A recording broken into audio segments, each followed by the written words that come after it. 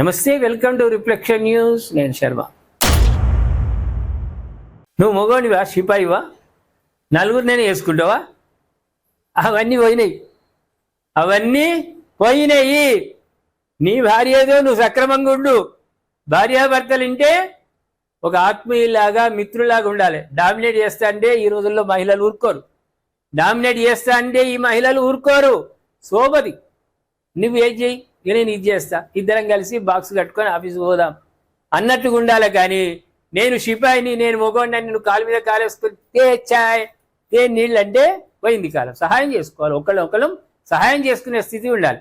ఒకవేళ నీతో నీ భార్యతో నీకు ఇబ్బందులు ఉన్నాయి, భార్యకు నీతో ఇబ్బందులు ఉన్నాయి, కానీ ఈ ఇబ్బందుల నుంచి బయటపడడానికి ఇంకో పెళ్లి చేసుకున్నావు అనుకో, నీ బద్దలవుతుంది.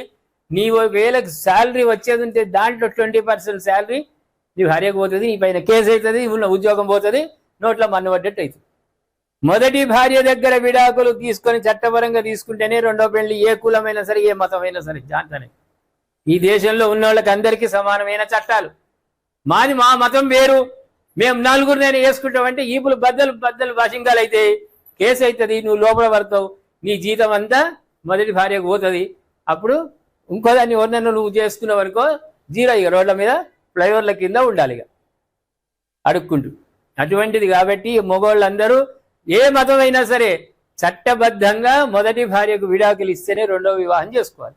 లేకుంటే మాత్రం కేసు అయితే లోపల పడతారు. జర ఎందుకు అవుతున్నది ఇక్కడ అంటే, అస్సాంలో కొత్త చట్టాన్ని తెచ్చిండు మన శర్మ. ఎవరు? హేమంత్ బిశ్వ శర్మ కొత్త చట్టాన్ని తీసుకొచ్చిండు. ఒక్కసారి డీటెయిల్స్లోకి వెళ్దాం ప్రేక్షకులారా. ప్రభుత్వ ఉద్యోగి ఎవరైనా చట్టబద్ధంగా తన భార్య నుంచి విడాకులు తీసుకోకుండా ఆమెను వదిలేసి మరో మహిళతో వివాహం పరుచుకుంటే ఆ వ్యక్తివే చర్యలు తీసుకుంటాం. సదరు ఉద్యోగి జీతం నుంచి 20% కోత విధించి ఆ మొత్తాన్ని మొదటి భార్య బ్యాంకు ఖాతాలో నేరుగా జమ చేస్తాం. అయితే ఆ ఉద్యోగి మొదటి భార్య దీని గురించి ప్రభుత్వం వద్ద దరఖాస్తు చేసుకోవాల్సి ఉంటుంది. ఆమె ప్రభుత్వం దగ్గరికి, అంటే ఎంఆర్ఓ, తహసీల్దార్, లేకుంటే ఆర్డీఓ, లేకుంటే కలెక్టర్ దగ్గరికి పోయి, నా భర్త నన్ను విడిచిపెట్టాడు కానీ విడాకులు ఇవ్వలేదు, వాడు ఇంకొక పెళ్లి చేసుకున్నాడు, కాబట్టి వాడి నుంచి వాడికి సంపాదించే దాంట్లో 20% నాకు ఇవ్వమని ప్రభుత్వానికి విజ్ఞప్తి చేసుకుంటే దానిపైన న్యాయ విచారణ జరిపి వేస్తాడు. అందరూ మొగడిని చూడకుండా, వాడిని మొగడికి మంచినీళ్ళు ఇవ్వకుండా, విలువ ఇవ్వకుండా, ప్రతిదానికి వానికి మీద ఏదో మొగడి మీద నూకి ఈ ఆడవాళ్ళు ఇట్లా చేస్తాం, మేము కంప్లైంట్లు ఇస్తామంటే వెళ్ళదు.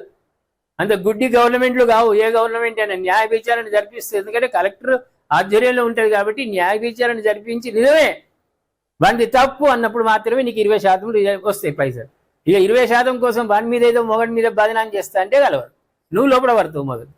అదేవిధంగా ఇటీవల ప్రభుత్వ ఉద్యోగులు కొంతమంది విడాకుల ప్రక్రియ పూర్తి కాకుండానే మరో మహిళతో కలిసి ఉంటున్న కేసులు వెలుగు చూసిన నేపథ్యంలో ఈ నిర్ణయం తీసుకున్నట్లు హేమంత్ తెలిపారు. ఎవరైనా సరే, ఏ మతమస్తుడైనా సరే, ఎవరైనా సరే మొదటి భార్యకు చట్టపరంగా విడాకులు ఇచ్చిన తర్వాతనే రెండో వివాహం చేసుకోవాలి. లేదంటే మాత్రం వాడి ఉద్యోగం పోతుంది, వాడు అయితో భ్రష్ట తతో భ్రష్ట అవుతాడు. వాడి పేరు మీద ఏమైనా డబ్బులున్నా, ఇంత జాగ భూములున్నా ఆయన మొదటి భార్య పేరు మీద రాస్తాడు. దీని పని పోయింది. అందుకే మా మతంలో ఎన్నైనా చేసుకోవచ్చు అని కుజిపినా ఇక్కడ ఏది సాగదు, ఏది జల్లదు. మతం గితం పక్క పెట్టుండి ఈ దేశంలో ఉన్న వాళ్ళందరికీ ఒకటే చట్టం, ఒకటే. అది ఇప్పుడు విశ్వశర్మ అక్కడ స్టార్ట్ చేసిండు. ఆయనకు మనం కంగ్రాట్స్ చెబుదాం. ఇంకా గొప్పనైనటువంటి మార్పులు తీసుకురావాలి. ఈయన ఉత్తరప్రదేశ్ ముఖ్యమంత్రి, ఇద్దరు కలిసి వీళ్ళు తెచ్చే దేశవ్యాప్తంగా అమలయ్యేటట్లు కావాలని కోరుకుందాం. ఏమంటారు ప్రేక్షకులారా? అందులో మా మహిళా ప్రేక్షకులు ఉన్నారు, మీరు ఆలోచించండి. ఇలాంటి వాళ్ళ గురించి ఏం చేద్దాం? మొదటి భార్యకు విడాకులు ఇవ్వకుండానే రెండో వివాహం చేసుకున్న వాళ్ళు ఎవరైనా ఉన్నారా? వాళ్ళ మీద కేసులు వేద్దామా? మీ మనస్సులో ఏముంది? దయచేసి కామెంట్ రూపంలో తెలియజేయండి. సబ్స్క్రైబ్ చేసుకోండి, షేర్ చేయండి.